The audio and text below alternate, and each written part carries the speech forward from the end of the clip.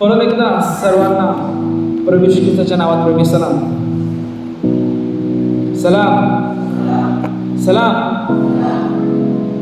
खूप कमी आवाज येते. सर्वांना प्रभू ख्रिस्ताच्या नावात सलाम. आशा बाळगतो की आपण सर्वजण बरे आहात आणि देवाचं गौरव महिमा आणि प्रशंसा करत आहात. आणि म्हणून प्रत्येकाबरोबर देवाची शांती आणि कृपा प्रत्येकावर सदैव असो. आणि या पवित्र भक्तीमध्ये परत एकदा प्रत्येकाचे मी प्रभू ख्रिस्तामध्ये स्वागत करतो. आजचा जो मरणाचा शास्त्र भाग आहे पहिले शमूएलचा 17वा अध्याय. पहिले शमूएल 17वा अध्याय.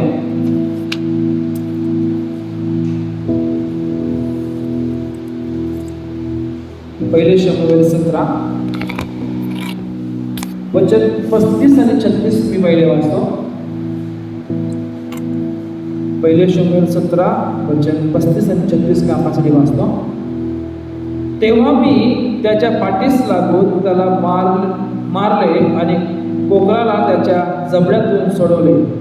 माझ्यावर त्याने झडप घातली तेव्हा मी त्याची आयाळ धरून त्याला हाणून ठार केले. आपल्या दासाने त्या सिंहाला व अस्वलाला मारून टाकले. हा असंती फलिस्टी त्या दोघांपैकी एकासारखा ठरेल, कारण त्याने जिवंत देवाच्या सेनेला तुच्छ लेखले आहे. नंतर 42 ते 47 मी आपल्यासाठी वाचतो त्या शास्त्र भागामधून. पहिले शमूएल 17 वचन 42 ते 47. त्या फलिस्त्यांनी दाविदाला न्याहाळून पाहिले तेव्हा तो त्याला तुच्छ वाटला, कारण तो केवळ अल्पवय असून तांबूस रंगाचा व सुकुमार होता. तो फलिस्ती दाविदाला म्हणाला, मी काय कुत्रा आहे म्हणून तू काठी घेऊन माझ्या पुढे आला आहेस?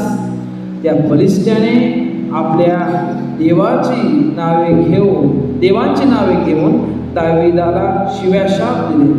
तो दाविदाला म्हणाला, असा जवळ ये म्हणजे तुझे मांस आकाशातील पक्ष्यांना व वनपशूंना देतो. तेव्हा दावीद त्या फलिस्त्याला म्हणाला, तू तलवार, भाला व बर्शी घेऊन माझ्यावर चालून आलास, पण इस्रायली सैन्यांचा देवाला तू तुच्छ लेखले आहेस. त्या सेनाधीश परमेश्वराच्या नावाने मी तुझ्याकडे आलो आहे. आज परमेश्वर तुला माझ्या हाती देईल. मी तुझा वध करेन व तुझे शिर धडापासून वेगळे करेन. मी आज फलिस्ती सैनिकांची प्रेते आकाशातील पक्ष्यांना व वनपशूंना देईल. तेव्हा इस्रायलामध्ये देव आहे असे अखिल पृथ्वीला कळवून येईल. आणि या सगळ्या समुदायाला कळून येईल की परमेश्वर तलवारीने व भाल्याने विजय होत असे नाही, कारण हे युद्ध परमेश्वराचे आहे. तो तुम्हाला आमच्या हाती देईल.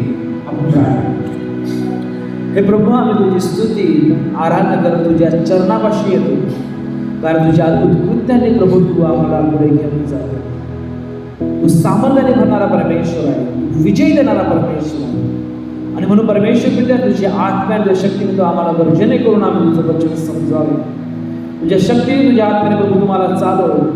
माझ्याकडे काय आहे हे महत्वाचं नाही, पण प्रभू तुझ्या आत्म्याने बोल, ही सर्वात महत्वाची गोष्ट आहे. म्हणून प्रभू तुझ्या पवित्र आत्म्याच्या द्वारे तू माझ्या मुखाला स्पर्श कर आणि बोलण्यास तू सांगे. सर्व वेळ प्रभू आम्ही तुझ्या आधी समर्पित करतो. ही प्रार्थना येशूच्या नावात केली म्हणतो. बघा, आपलं जीवन हे फार अद्भुत आहे. आपल्या जीवनामध्ये अनेक गोष्टी येतात आणि अनेक गोष्टी जातात. आणि सर्व गोष्टीमध्ये आपण लक्षात ठेवणं गरजेचं आहे की नेमके आपल्या जीवनामध्ये काय होत आहे. बघा, आपलं जीवन असे आहे की कोणी लवकर समजू शकत नाही आणि कोणी लवकर आपल्या जीवनामध्ये येत नाही. बघा, स्वतःच्या जीवनाकडे जर तुम्ही बघितलं तर सुद्धा जीवनामध्ये खूप समस्या असतात.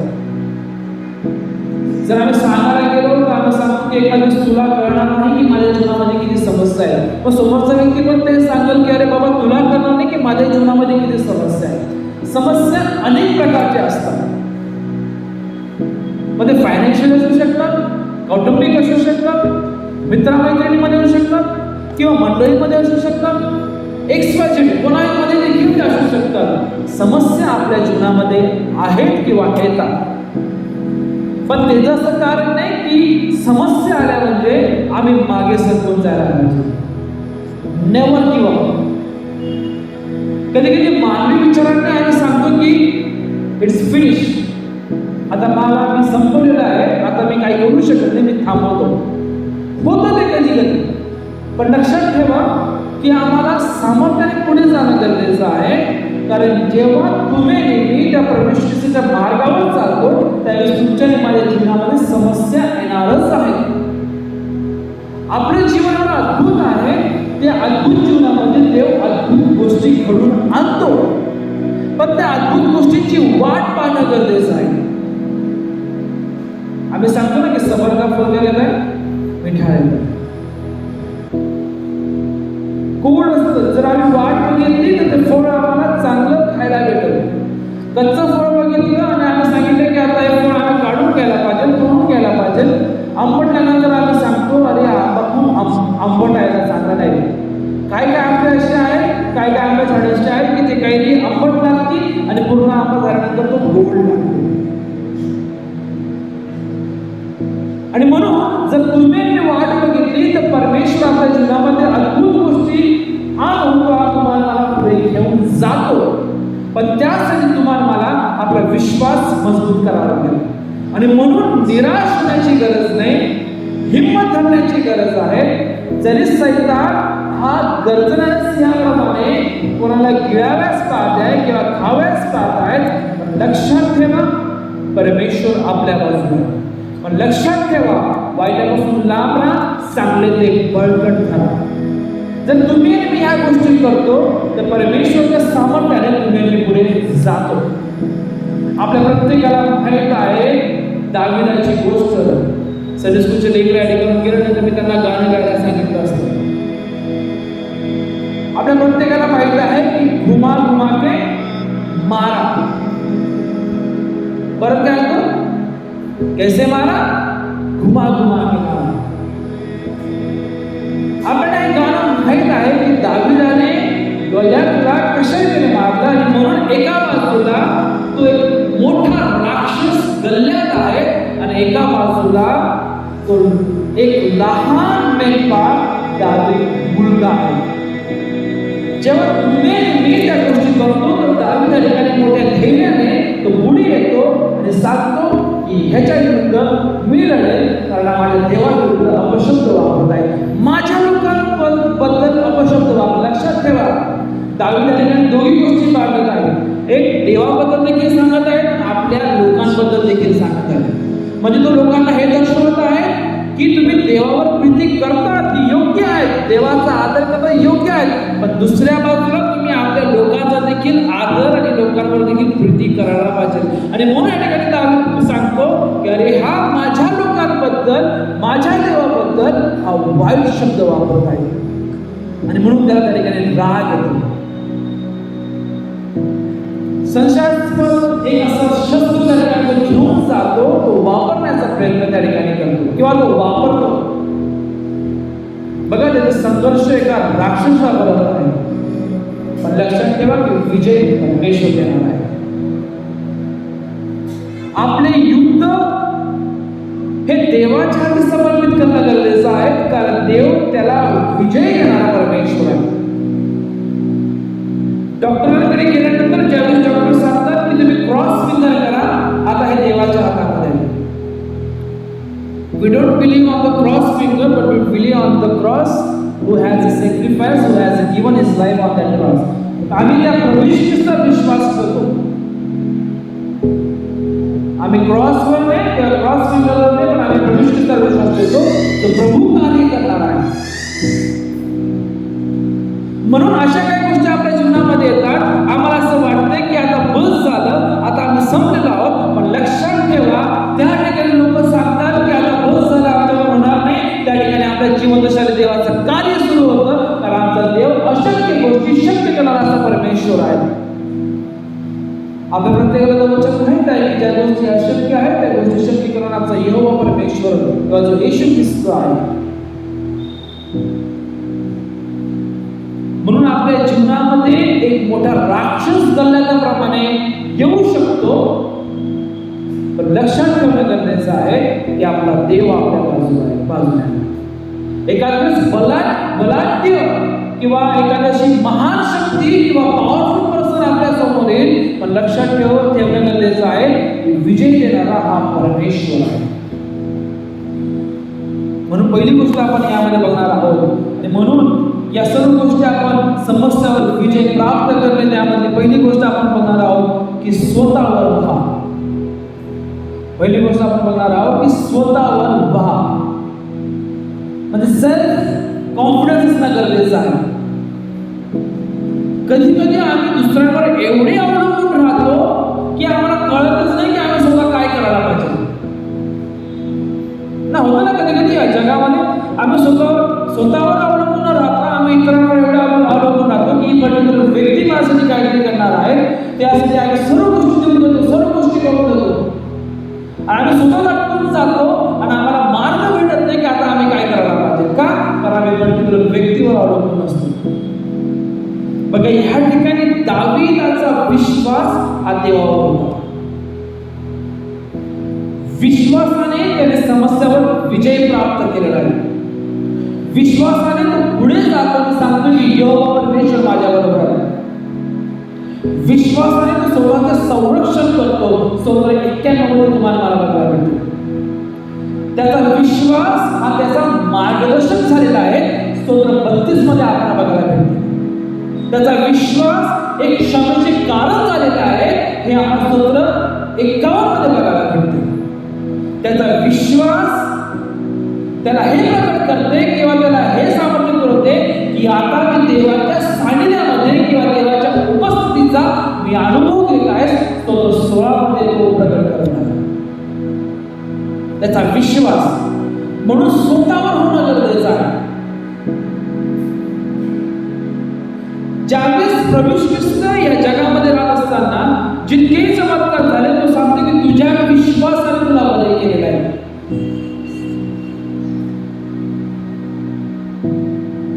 आणि आज तुम्ही मी देवाचं वचन वाचतो, देवाचं वचन तुम्हाला मला कळते, पण कधी कधी तुम्हाला सांगतो की त्या व्यक्तीमध्ये पॉवरफुल आहे. तो व्यक्ती पॉवरफुल आहे की देव पॉवरफुल आहे? त्याच्या प्रार्थनेत सामर्थ्य आहे की देवात सामर्थ्य आहे? तो देव आहे की आमच्या जीवनासाठी यहोवा देव आहे? हा विश्वास तुमचा आणि माझा कुठेतरी हलवून जातो. लक्षात ठेवा की दाविदाने विश्वासाने प्रार्थना केली, दाविदाने विश्वासाने आराधना केली, दाविदाने विश्वासाने आज्ञा पालन केले, दाविदाने विश्वासाने पश्चाताप केला आणि विजयाचं कारण ठरलं. स्वतः का देव तुमची माझी प्रार्थना ऐकू शकत का? तुम्ही मी तर वचन सांगतो, मागामध्ये तुम्हाला मिळेल, ठोकामध्ये तुम्हाला सगळं उघडलं आहे, शोधामध्ये तुम्हाला सापडेल. आम्ही किती वेळेस प्रार्थनेमध्ये हे वचन वाचतो आणि सांगतो. देवाला वचन सांगण्याची गरज नाही आम्हाला, पण आम्ही सांगतो की देवा तूच बोललेला आहे की मागामध्ये तुम्हाला मिळेल. अहो, मग आम्ही विश्वासाने का मागत नाही? ज्यावेळेस तुम्ही दाविदाचे युद्ध बघतो की दाविदाची हाईट कुठे आणि गलिलाची हाईट कुठे, तो दावीद फक्त एक गोफण घेऊन निघाला आणि त्या गलिलाकडे सर्व प्रकारचे शस्त्र होतं.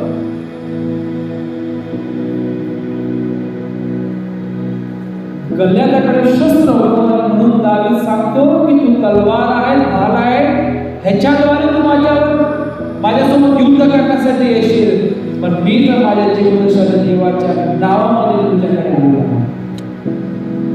का तो विश्वास तुमचा आणि माझा आज आहेत का? काय जिवंतशाली देवाच्या नावामध्ये आज तुम्ही मी पुढे जात आहोत का?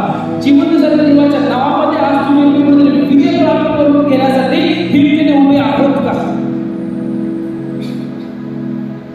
लक्षात ठेवा, जोपर्यंत तुमच्या आणि माझ्याकडे जीवनशाली देव आहे, तोपर्यंत तुम्ही निस्सामान्याने पुढे जातो. आणि म्हणून स्तोत्र 20 ज्यावेळेस आळीपाळीने वाचलं, तर स्तोत्रामध्ये असं म्हटलेलं आहे की याकोबाचा देव तुला पंचपदी प्रस्थापित करो. त्याच्या 4व्या वचनामध्ये असं म्हटलंय की तुझे मनावर तू पूर्ण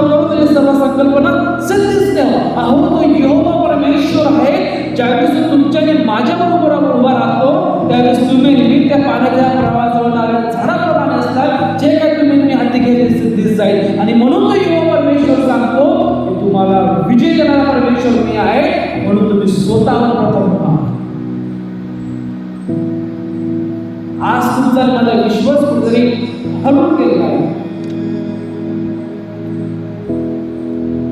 ना. असे भरपूरसे रोग आहेत त्याच्यावर उपचार आम्हाला प्राप्त होतो किंवा भेटतो, पण कॅन्सर असा रोग आहे की त्याच्यामधून अनेक जर कोणी जात आहे त्याचा अनुभव तुम्ही घेतलेला असावा किंवा मेडिकल स्टाफ आहे त्यांना माहीत आहे की किती त्रासातून त्यांना जावं लागतं. हळूहळू ते कमजोर होत जातात. एखाद्या वेळेस तसंच आपलं जीवन असतं की आम्ही लहानपणापासून संडे स्कूलला जात आहोत, लहानपणापासून आम्ही 10 आज्ञा पाठ करत आहोत, प्रश्नाचा विश्वास सुद्धा की करायला माहीत आहे, पण हळूहळू आपला विश्वास एक प्रकारे कमी होत जातो, आम्ही वीक होत जातो. का? कारण आम्ही स्वतःवर नाही, we depend on someone who can carry our burden. ना आम्ही कोणावर तरी अवलंबून असतो की तो आमच्या ज्या अडचणी आहेत, ज्या समस्या आहेत, तो आमच्या घेऊन चालत आहे. म्हणून आपल्या जीवनामध्ये परिस्थिती कोणतीही असो, पण विजय प्राप्त करून घेण्यासाठी तुम्हाला मला पुढे राहावंच लागेल. स्वतःचा विश्वास मजबूत करणे यासाठी की तुम्ही नेहमी देवाच्या सामर्थ्यामध्ये उभं राहा. बघा, असं नाही की दाविदाला शस्त्र दिले नाही. ज्यावेळेस तर शौल राजाकडे गेला तर शौलाने त्यांनी शस्त्र त्याला दिले की हे बाबा तुम्ही घेऊन जा. आणि ज्यावेळेस त्यांनी तो घातले तर सांगतो की याच्यामध्ये मी कम्फर्टेबल नाही आहे. आणि ज्या गोष्टीमध्ये आम्ही कम्फर्टेबल नाही ना त्या गोष्टी आम्ही घ्यायलाच नको. कधी कधी आम्हाला असं वाटतं की गोष्टी खूप चांगल्या आहेत, पण नंतर आम्हाला असं वाटतं की कम्फर्टेबल नाही तर त्या गोष्टी आम्हाला त्याच ठिकाणी सोडून देणं गरजेचं आहे. का? कारण अनकम्फर्टेबल गोष्टी ज्या आहेत त्या आम्हाला स्वर्गाच्या राज्यामध्ये घेऊन जाणार नाही. गाडी घेताना आम्ही किती वेळेस विचार करतो की बसतो, उड्या मारतो किंवा चेक करतो का की रात्री झोप व्यवस्थित झाला पाहिजे, आरामशीर झोपायला पाहिजे. पण ज्यावेळेस तुमचा आणि माझ्या विश्वासाची पारख होते, ज्यावेळेस तुमचा आणि माझ्या विश्वासाला पुढे घेऊन जायचं असतं, त्यावेळेस आम्ही अनकम्फर्टेबल गोष्टी स्वीकारून घेतो आणि देवाच्या सामर्थ्यापासून आम्ही लहान जातो. आणि म्हणून दाविदाने शस्त्र नाकारले, फक्त ते गोफन घेऊन गेला. किती दगड घेऊन गेला तो? किती दगड? किती? मला दिसत नाहीये. किती दगड घेऊन गेला?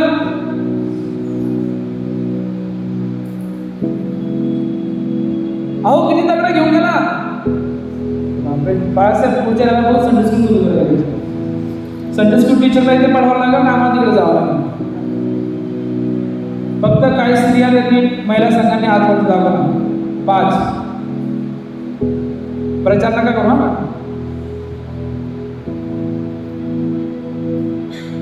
त्या दगडांना पण नावं दिलेली आहे ना? दगडांना नावं दिलेली आहे का? नावं दिलेली तुम्ही हो बोलले तर मला शास्त्रामधून दाखवा फक्त.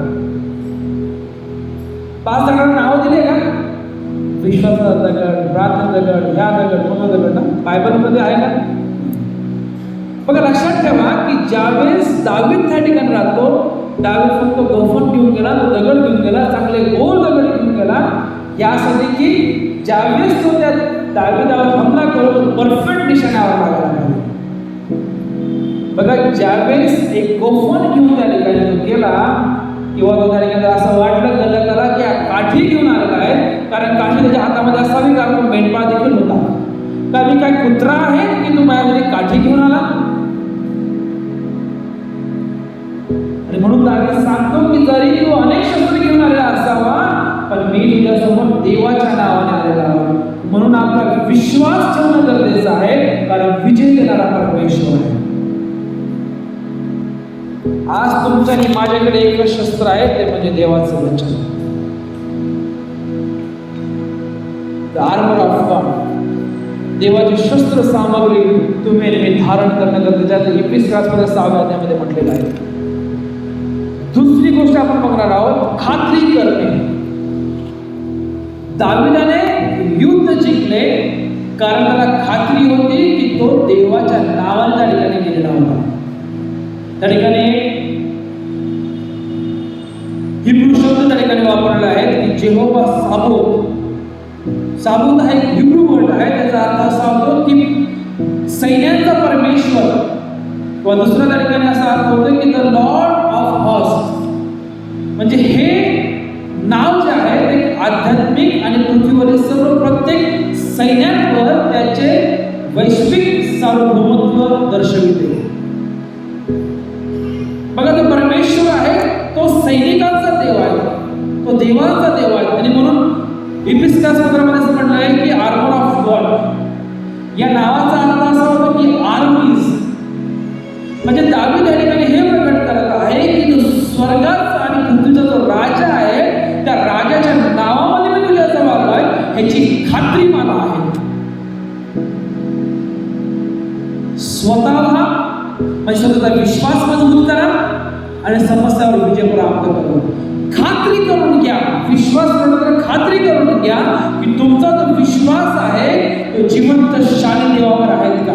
जो देव सत्य देव आहे, मार्ग सत्य जीवन तोच आहे, त्या जिवंत शाली देवावर तुमचा आणि माझा विश्वास आहे का. खात्री करून घेणे. आणि ही खात्री दाविदाची होती आणि म्हणून दावीद ठामपणे उभा राहतो आणि जिवंतशाली देवाच्या नावामध्ये त्या ठिकाणी संघर्ष त्या गल्ल्याच्या बरोबर करतो. बघा, आपल्या जीवनामध्ये संघर्ष आहे, पण उपस्थिती ज्यावेळेस देवाची तुम्ही जाणून घेतो त्यावेळेस तुम्हाला मला खात्री होते की आमचा जिवंतशाली देव हा आमच्या बरोबर आहे आणि तुम्ही नेहमी त्यावेळेस पुढे जातो. बघा, लक्षात ठेवणं गरजेचं आहे की लढण्यासाठी धैर्य देणारा हा परमेश्वर आपल्या बरोबर आहे. आणि ज्यावेळेस धैर्य परमेश्वर तुम्हाला मला देतो त्यावेळेस तुमचा आणि माझा आत्मविश्वास वाढतो. जर दाविदाचे स्तोत्र बघितलं तुम्ही, 3, 4, 5, त्यानंतर तुम्ही दुसरे 20 आणि 21 बघितलं. 21 मध्ये तो विजयाची घोषणा करतो की देवाने मला विजय दिला आहे. हा कॉन्फिडन्स. सो तर 23 तुम्ही वाचतो दाविदाचं, त्यावेळेस तुम्ही मी कॉन्फिडन्स प्रकट करतो. 91 वाचतो, 32 वाचतो, 16 वाचतो, त्यावेळेस त्या विश्वासाची खात्री तुम्हाला मला बघायला भेटते. हा कॉन्फिडन्स कुठून निर्माण होतो? कारण त्याला पूर्ण खात्री असते की माझा जिवंतशाली देव हा माझ्या बरोबर आहे. तो कॉन्फिडन्स आज तुमचा आणि माझा आहे. तिसरी आणि शेवटची गोष्ट, मजबूत व्हा.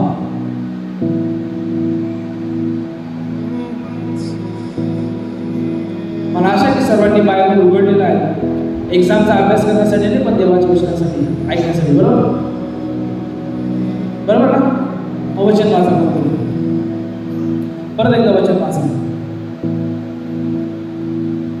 पहिले शमूएल 17 अध्याय वचन 42 पासून वाचा. जोरात वाचा. पहिले शमूएल 17 वचन 42 ते 47.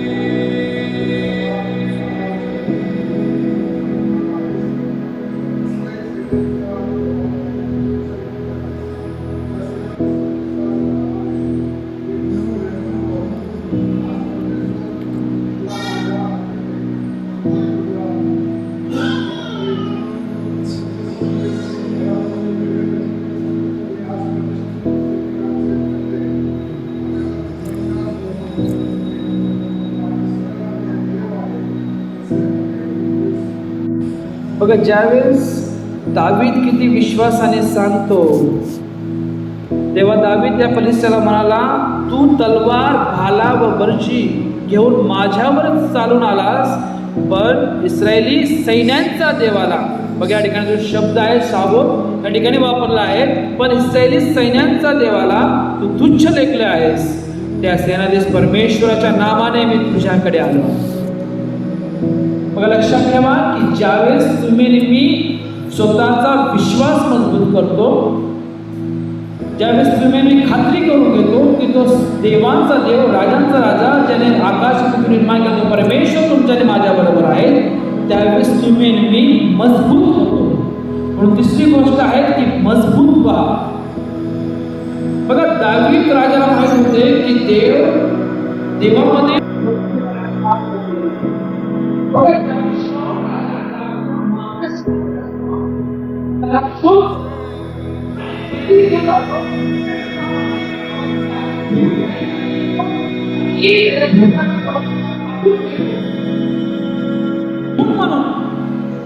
आणि मग दावीद त्याला सांगतो की हे माझ्या स्वामी, तू मला मारायला का टाकलेला आहे? तू मला का मारण्यासाठी एवढा खटपट करत आहे?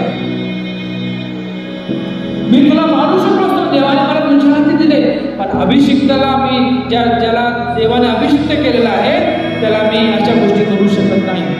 ही खून म्हणून मग तुझ्या मी झालेला तुला टाकलेला आहे. एवढा सामर्थ्याने भरलेला, एवढा सामर्थ्याने पुढे जाणारा हा दावीद तुम्हाला मला बघायला मिळतो. ज्या परमेश्वराच्या सामर्थ्याने पुढे जात आहे आणि त्याला माहित आहे की मी फक्त देवामध्येच मजबूत होऊ शकतो. त्याला माहित आहे की फक्त देवच जो आहे तो मला पुढे घेऊन जाऊ शकतो, कारण यश जेणे हे देवाच्या हातामध्ये आहे. बघा देवाचं वचन वाचणं, देवाचं वचन आम्ही घेऊन चालणं ही वेगळी गोष्ट आहे, पण देवाच्या वचनाचं मनन चिंतन करून त्याप्रमाणे चालणं हे मजबुतीचे एक कारण आहे. म्हणून दावीद जो आहे तो स्वतःला देवाच्या वचनामध्ये मजबूत करतो, म्हणजे देवाच्या सामर्थ्यामध्ये मजबूत करतो. का? कारण त्याला माहित आहे देवच मला सहाय्य करेल, माझ्या जीवनामध्ये यश देणारा परमेश्वर आहे. मग आज जर आम्ही ख्रिस्ती जीवन बघितलं किंवा विश्वासाने बघितलं तर आज तुम्ही कशामध्ये मजबूत होता? जगातल्या कोणत्या गोष्टीमध्ये आज तुम्ही स्वतःला मजबूत करता? आपले युद्ध हे कठीण असू शकते, आपले युद्ध एका बलाढ्य राक्षसाबरोबर असू शकते, पण नेहमी लक्षात ठेवणं गरजेचं आहे की आपल्यासोबत कोण उभा आहे. आपले युद्ध हे कठीण असू शकते, आपले युद्ध एका बलाढ्य राक्षसाबरोबर असू शकते, पण नेहमी लक्षात ठेवणं गरजेचं आहे की आपल्या बरोबर जो यहोवा शाबोत जो आहे, जो यहोवा देव आहे, जो राजांचा राजा आणि प्रभूंचा प्रभू, ज्या परमेश्वराने आकाश आणि पृथ्वी निर्माण केलेला आहे, जो स्वर्गाचा राजा, जो पृथ्वीचा राजा जो आहे, तो तारणारा प्रभू ख्रिस्त आहे, तो तुमच्या आणि माझ्या बरोबर आहे. आणि जो यहोवा तुमच्या आणि माझ्या बरोबर आहे तो यशाचे एक साधन आहे. आम्हाला कोणते साधन घेण्याची गरज नाही. गलात्याने अनेक साधन घेतले, पण दावीदाने कोणत्याच प्रकारचं साधन घेतले नाही. का? कारण तो यशाचं साधन त्याच्याबरोबर होतं. तो कोण? यहोवा परमेश्वर त्याच्याबरोबर होता. आपल्याला माहित आहे की देव हा आपल्या बरोबर असतो, पण का देवाबरोबर तुम्ही मी आहोत का? पॉल सांगतो मंडळीला, कलसेकरास मंडळीला की देवाच्या वचनामध्ये मुळावले राहा किंवा मुळावले असा, म्हणजे तुम्ही देवाच्या वचनामध्ये मजबूत होत राहा. दावीद त्यावेळी त्या विश्वासामध्ये मजबूत होता, त्यांनी खात्री करून घेतली, पण आज तुम्ही मी देवाच्या वचनामध्ये मजबूत राहणं गरजेचं आहे, कारण त्याद्वारे तुम्हाला मला यश प्राप्त होईल. बघा तुमच्या आणि माझ्या जीवनामध्ये प्रसंग कुठूनही कसाही येऊ शकतो. कधीही तुम्ही आणि मी त्या प्रसंगाला सामोरे जाऊ शकतो, पण लक्षात ठेवा की आपला जीवनदशाने देव हा आपल्या बरोबर आहे. दावीद जेव्हा युद्ध करण्यासाठी गेला तेव्हा कोण त्याच्या बरोबर होते? पोलीस नाही, कोण एकटा त्या ठिकाणी उभा होता. म्हणून लक्षात ठेवा की आध्यात्मिक युद्ध हे कधी कधी तुम्हाला मला एकटाच लढावे लागते. एखाद वेळेस त्यावेळेस आपल्याबरोबर कोणी राहत नाही. म्हणून आपली जी देणगी आहेत किंवा कौशल्य आहेत ते युद्धाचे साधन आहेत, परंतु लढाई जिंकण्यासाठी ऊर्जा केवळ परमेश्वरच तुम्हाला पुरवतो. म्हणून मागे नका सरू. आपल्या जीवनामध्ये हार नका मानू, कारण तो जीवनशाली देव तुमच्या आणि माझ्या बरोबर आहे. जसा तो देव दाविदाबरोबर होता, त्या दाविदाला परमेश्वराने धैर्य दिले पुढे जाण्यासाठी, तोच देव तुम्हाला मला धैर्य देणार आहे. म्हणून be strong, never give up, कारण तो परमेश्वर तुमच्या आणि माझ्या बरोबर आहे. बघा, अनेक समस्या आपल्या जीवनामध्ये येतील, पण त्या समस्यावर विजय देणारा परमेश्वर आहे. काय आज तुम्ही आणि मी त्या समस्यांना सामोरे जात असताना तुम्ही आणि मागे सरकून जातो. कधी कधी होतं ना आपल्या जीवनामध्ये आम्ही हार मानून होतो. एखाद्या वेळेस कुटुंबामध्ये प्रॉब्लेम चालू आहे तर आम्ही हार मानून होतो.